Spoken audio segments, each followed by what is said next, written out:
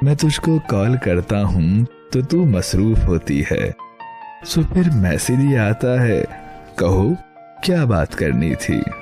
अरे पगली, मुझे जो बात करनी थी अगर वो बात मैसेज में ही लिखकर भेजनी होती तो फिर मैं कॉल क्यों करता।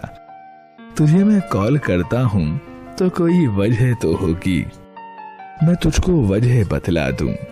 सो इसकी वजह ये है कि लगा है कानों को मेरे तेरी आवाज का चस्का, तेरा वो दिल नशी लहजा मुझे मदहोश करता है।